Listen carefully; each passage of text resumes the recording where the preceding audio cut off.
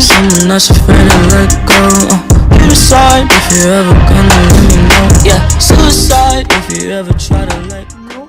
C'était BZ, j'espère que vous allez bien. En tout cas, moi ça va nickel. Aujourd'hui, on se retrouve pour une nouvelle vidéo sur Clash of Clans. Du coup, je vais vous montrer 3 compos position d'attaque. Alors, une en JDC et 2 pour le farm et le rush. Il y en aura une qui sera plus adaptée pour le farm et une qui sera plus adaptée pour le rush. Du coup, déjà, comme vous pouvez le voir, j'ai lancé ma reine 19. Du coup, j'ai hâte de terminer les jeux de clan. Car une fois qu'ils seront finis, j'aurai le livre et je pourrai directement l'enchaîner au niveau 20. Ça va être génial.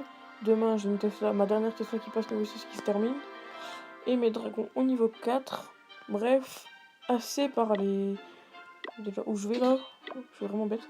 Du coup, formation rapide. Alors du coup, la première c'est celle-là. Qui est composée alors de 2 archers pour le grattage à la fin. Ça peut toujours aider en farm et rush comme moi j'utilise, parce que cette compo j'utilise farm et rush en fait. De temps en temps, mais quand je farm et rush en même temps, je rajoute un sort squelettique. Du coup, les 22 géants, du coup, pour tanker, pour protéger les sorciers. Du coup, comme vous aurez pu le voir dans mes précédentes vidéos d'attaque, je mettais toujours les géants avant les sorciers devant les extracteurs et les mines pour pouvoir gratter un maximum.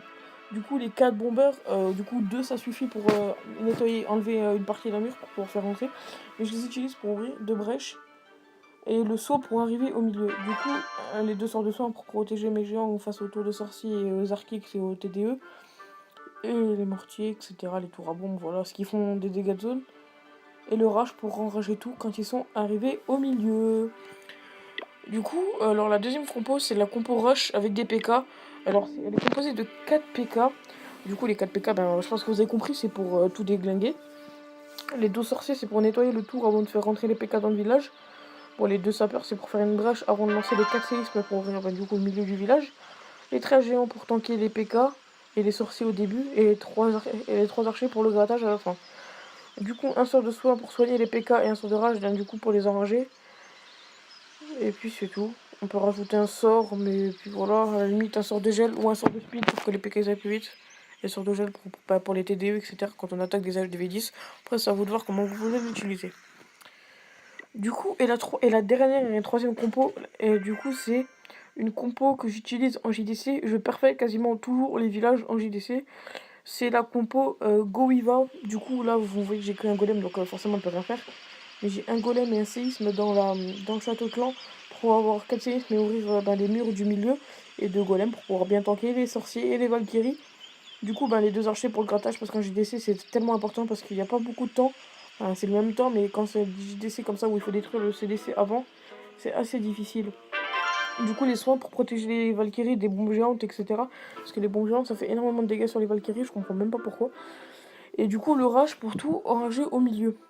Du coup, je voulais vous faire part d'un truc, franchement, pour ceux qui pensent que c'est difficile d'améliorer ces murs, bah non, pas du tout. Parce qu'il n'y a même pas 3 jours, j'avais mes murs tous au niveau 9. Vraiment tous, aucun niveau 10. Ben regardez comment ça avance vite. 127 murs niveau 10 et 123 au niveau 9. Ça avance très très vite. Du coup, je vais vous montrer mon village. Non, pas ça.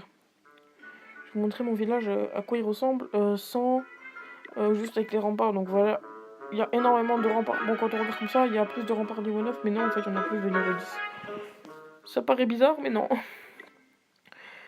Et du coup, si vous voulez une vidéo pour des villages JDC ou des villages principaux, dites-le moi dans les commentaires, je vous ferai une vidéo sans problème. Parce que moi, mes villages, ils tiennent assez bien. En général, on m'attaque quasiment jamais en JDC, je comprends même pas pourquoi. C'est vraiment triste. J'essaierai de vous faire une petite vidéo des résumés de mes attaques dans les dernières JDC pour vous montrer à peu près comment j'attaque. Bref, j'espère que cette petite vidéo vous aura plu. C'était TBZ. Peace!